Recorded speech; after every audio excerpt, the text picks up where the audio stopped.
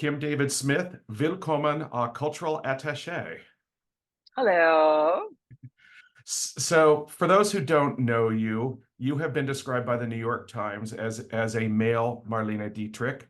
You do wonderful cabaret show, and you're going to be part of a show in April called Tiergarten that Andrew Owsley brought to your attention. Can you tell me what it was that Andrew told you first about what this would be and what intrigued you most about this concept for a show?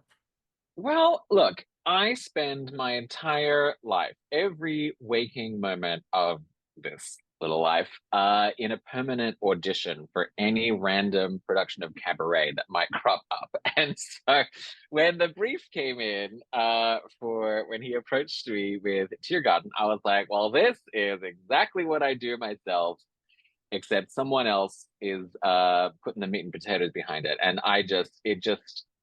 his idea, like crazy ideas, fabulous ideas. A couple of them as surprises, so I don't really want to, you know what I mean.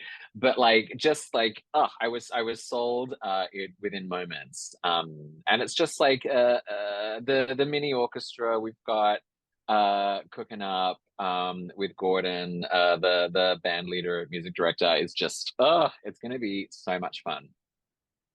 Now, I love that you're a part of this because it ties into Carnegie Hall's Weimar Festival, which I believe is called Dancing on the Precipice, um, Yes. which explores, for people who don't know what was going on in the Weimar Republic, the great music and arts that were coming out from 1919 to 1933. What inspires you most about this era in music? Mm, it's well, I mean, the parallels to today are just like absolutely bazonkers. Um, I just there just because of the uncertainty, like the crazy inflation, using mark notes for toilet paper, just things were absolutely chaotic in the day to day of folks during this period. And but in that chaos, so much art flourished.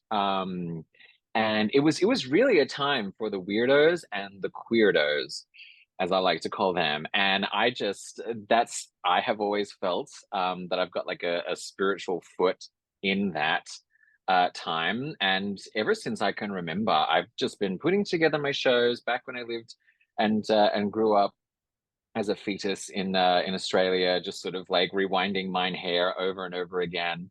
And just like from there, just to be actually began to research and started to put together my own shows.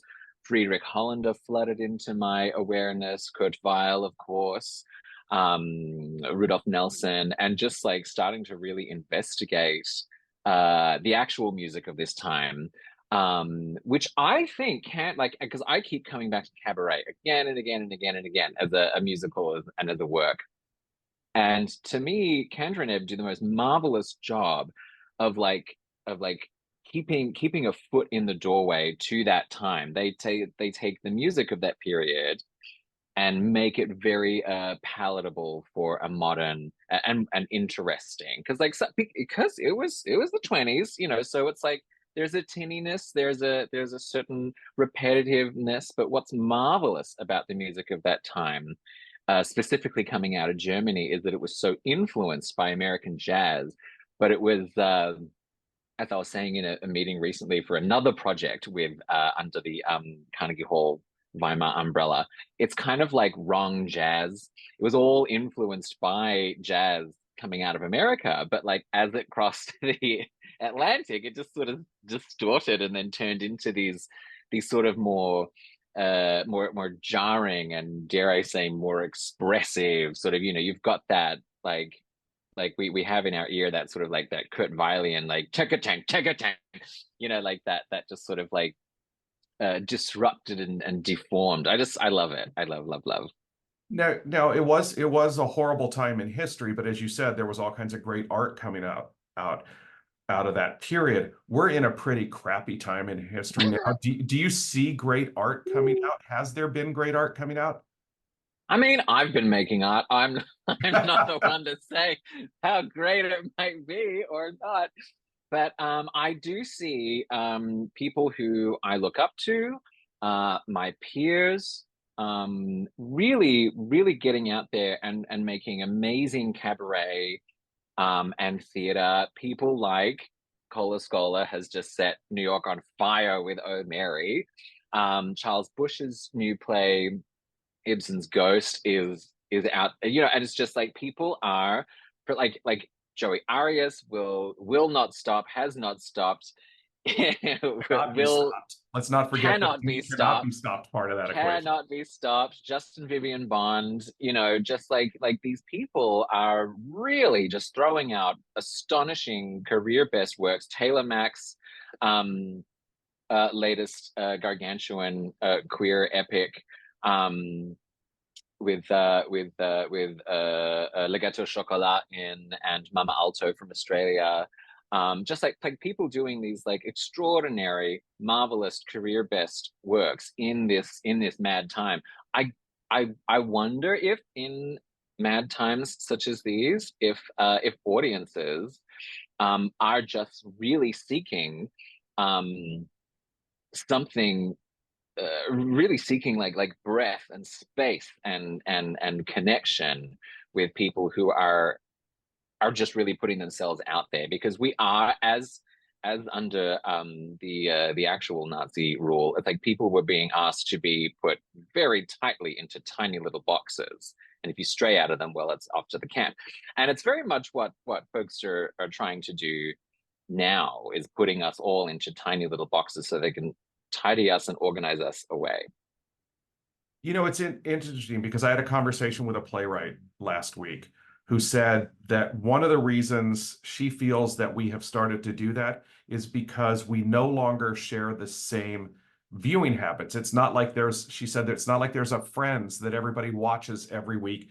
And no matter who you are, you come together around the water cooler, the proverbial water cooler, and you have this shared thing that you can listen to, you can talk about and listen to what other people have to say. Now there's so many options, and people tend to just narrowly burrow into what is an echo chamber for their own belief system, that that kind of dialogue isn't happening, and that's really detrimental to how we all get along as a society. It sounds like, you know, that may be a reason why we seek out, some of these shows you're talking about and some of these performers.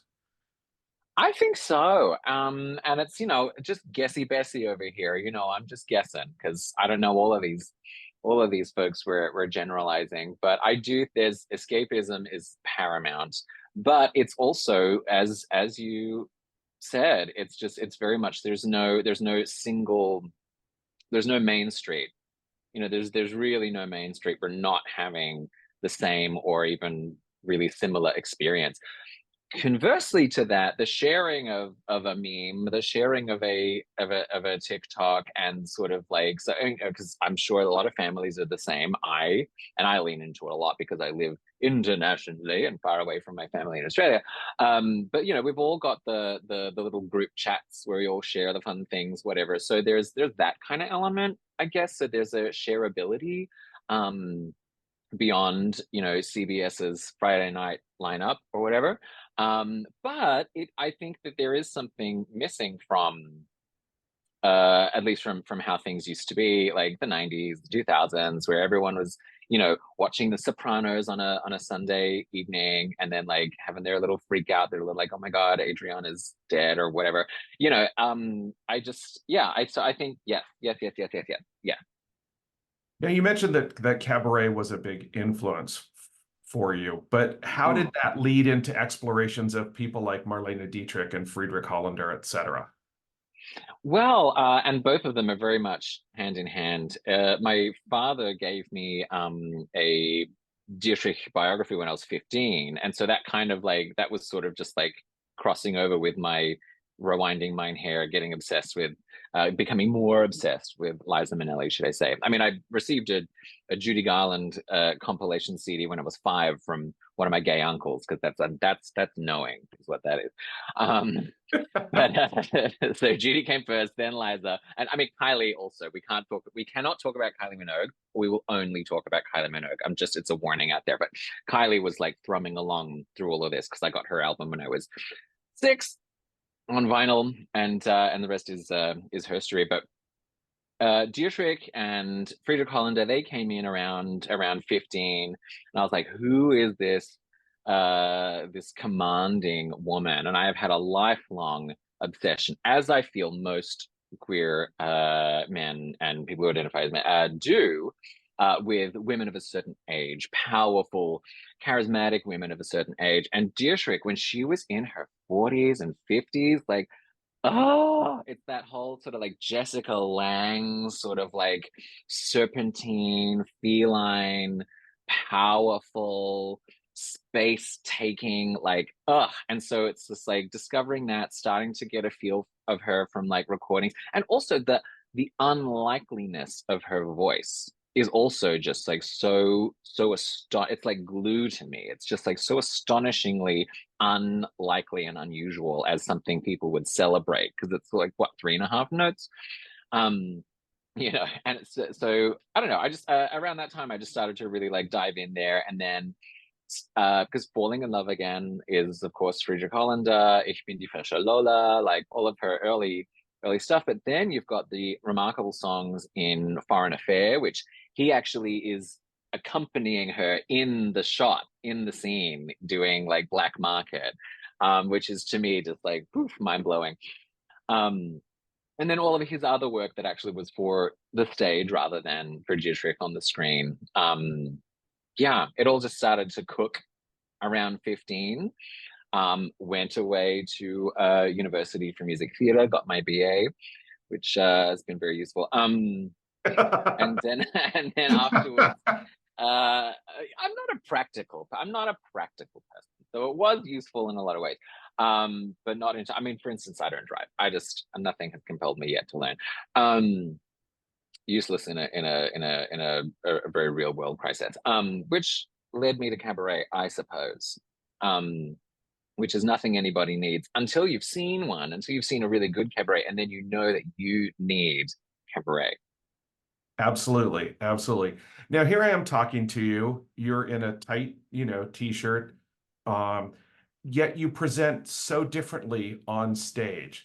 So where does the real Kim David Smith live? On stage, or the person I'm speaking to now, or someplace in the middle? Somewhere in between these guys. I, also shout out to my friend Paul who runs Mate in P Town. It was an accidental shout out. I forgot I actually put this t-shirt on. So you're welcome, Paul. Um, T-shirt purveyor.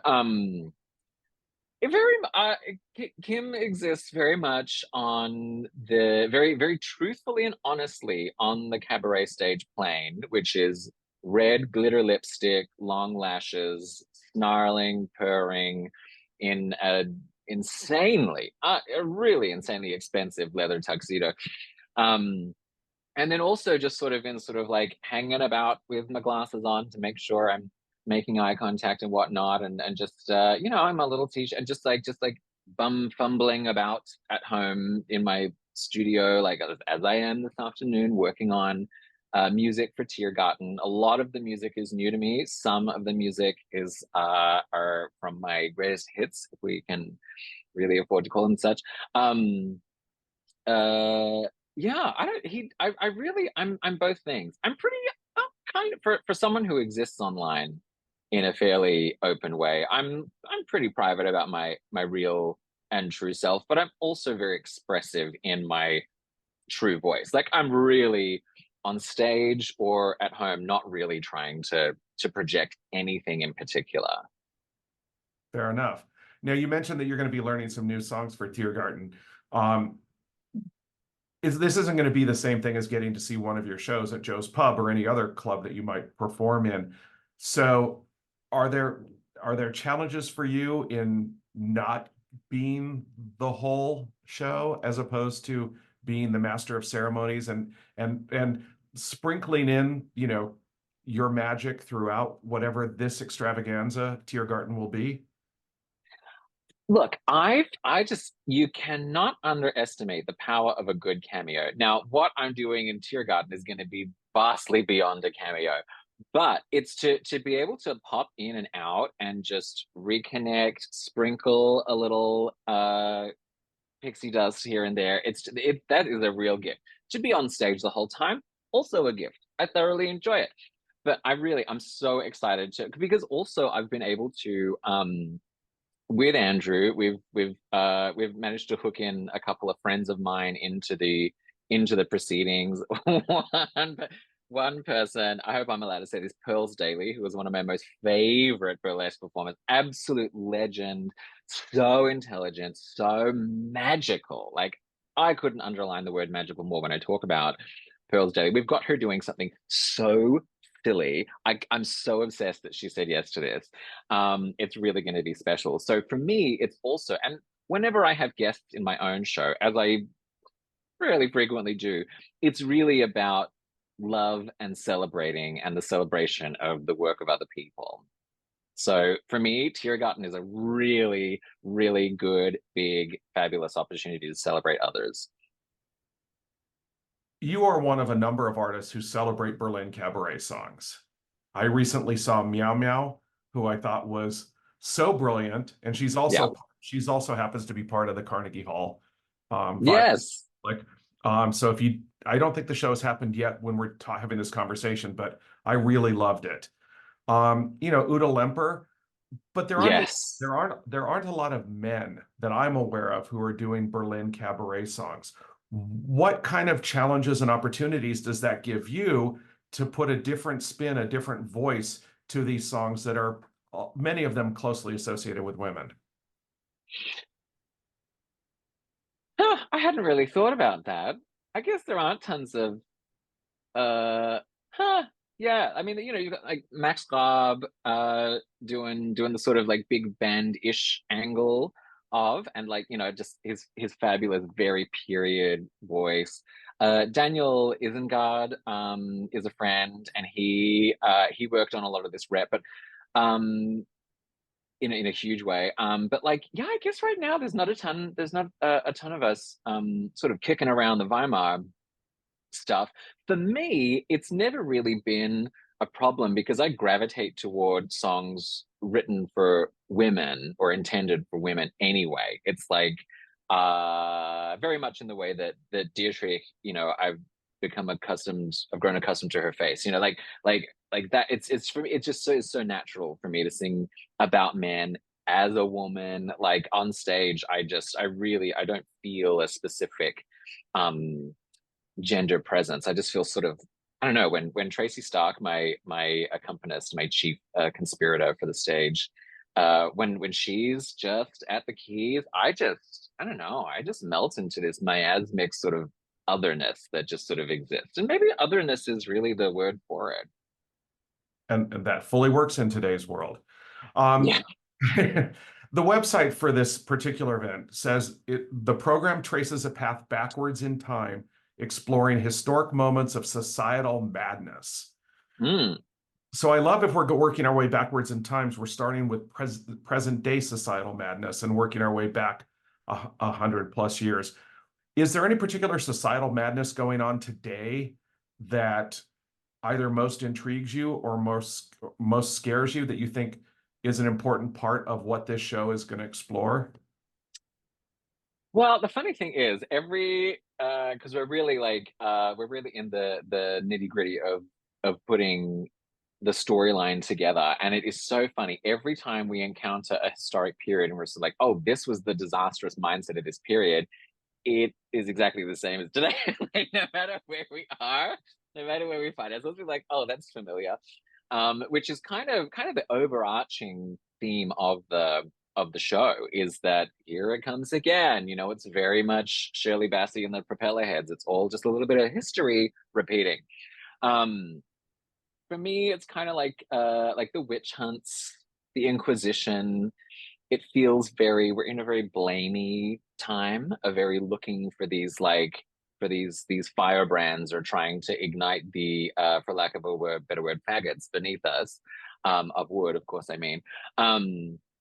And yeah, just that kind of witch hunty, blamey. You are why things are eroding in society, so let's put you to the stake and get rid of you. You're poisoning the well. So that is very, the finger pointing and the blaming is resonating. very much. Well, and the book burning comes straight out of the rise of the Nazi Party. I mean, it's like, what else could we do that was exactly the same as the Nazis on the rise? It's like my it really does. The mind reels. Well, it is a good time for Cabaret to be returning to Broadway, isn't it? Yes, which, I kind of hope it does every 10 years. It's a great show. And Cosmic. I'll be understudy. I'll do it. I'll go on when he's ill. It is a great time for that show to be back. I can't wait to see it. I didn't get over to London to see that particular production, and I'm really, really pumped to go and see it. I do recommend that you look at the video from the Olivier Awards because there's Yes. a performance of the title song that will frighten you, impress you, freak you out, and make you go, "Oh my God, I've never seen this song sung like that." Neat. So Neat. strongly recommend it. Oh, I'm gonna do that. I'm gonna do that. We just added that song. Actually, I don't sing a lot of songs from musicals in my shows, but we actually just added that song. I sing a German translation. And that song is just it is a full meal. It It's is. a full meal. I'm gonna check that out because that sounds like a riot. You should. You should. So in anticipation of this conversation, I did a little digging, a little research, and a little listening. And I'm wondering if you were to go back and listen to your 2013 album Radio, uh, Mm. what stands out to you most about who you were as an artist over 10 years ago and who you are now as an artist? Oh gosh, over 10 years ago, I was very much when I was invited to put that album together, which was such a pleasure. Charlie Mason is the lyricist for every song on that record, and he spearheaded that entire operation. He's divine, very talented, and very, very kind, marvelous person. And I think that was a time of very much being very aware of what I'm listening to at the time. So there's very sort of like Kylie 2007 Robin, that kind like Erasure, those kinds of, from further back, that kind of stuff feeding into that, and me fulfilling a promise to myself that I would make a dance record, and I have promised myself to make another. So just watch out, everybody. It might take 15 years in between drinks, but I'll do it. Um, that was very much just sort of like dipping my toes into what I feel like other people were doing.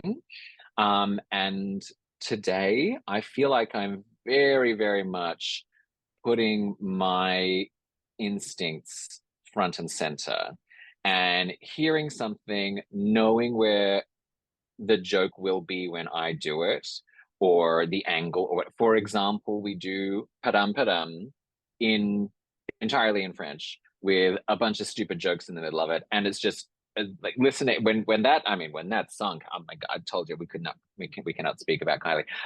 But when that song came out, it was so earth shattering to me, and I was like, ooh, I'm in here somewhere. I know I'm in this song somewhere. And it took a little cooking. I asked my friend Gay Marshall, who is another a cabaret artist friend of mine, who is truly phenomenal. She lives in Paris now. Because why not? And I commissioned a French translation from her, and it's the stupidest, and I love it, and I love finding myself in other people's work. But it's that taking something and really making it your own, and that's what I focus on nowadays. Because it's like it's fun. Look, it's fun to sing karaoke. It's a riot. But I think if I'm asking people to shell out X amount of money, depending on which venue I'm at, it's a lot more at some and a lot less at some. If I'm asking people to spend that money and spend their time with me, especially in a post-pandemic time when people are very accustomed to getting what they need out of the television, then I feel like make the work your own. Like very much make the work your own. Allow it to be really filtered through you. Because there is nothing like seeing someone and their bold intention on stage. Nothing like it. I love it. Oh, All right, so then let me conclude by asking you this. you've discussed what an audience needs post-pandemic out of entertainment. What do you need out of performance to make Kim David Smith happy? Oh, what I need. I look, I don't really have, I don't, I don't really want any M&Ms backstage, but I have nothing, in that white M&M sort of mode that I need. But what I do need, I will, let me say, if you see me entering from a proscenium and just sort of regular, then there's something wrong. Something's up and I'm unhappy. I only ever want to enter through the crowd. I like to be near people. Consent obviously is very important, but I'd love to just little tickle on the shoulder, a little whoop, this bald head over here, or the whoop, tussle your hair.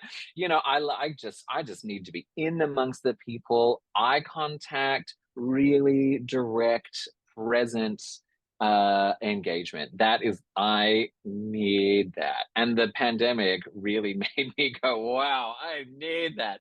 I mean, my poor husband, I'm all like, do you want to hear a song? Well, So that's what I need. and it seems like Tiergarten will allow you that opportunity as well. Oh, for sure. For sure. My legs are gonna be busy. I'm going to leave that right there.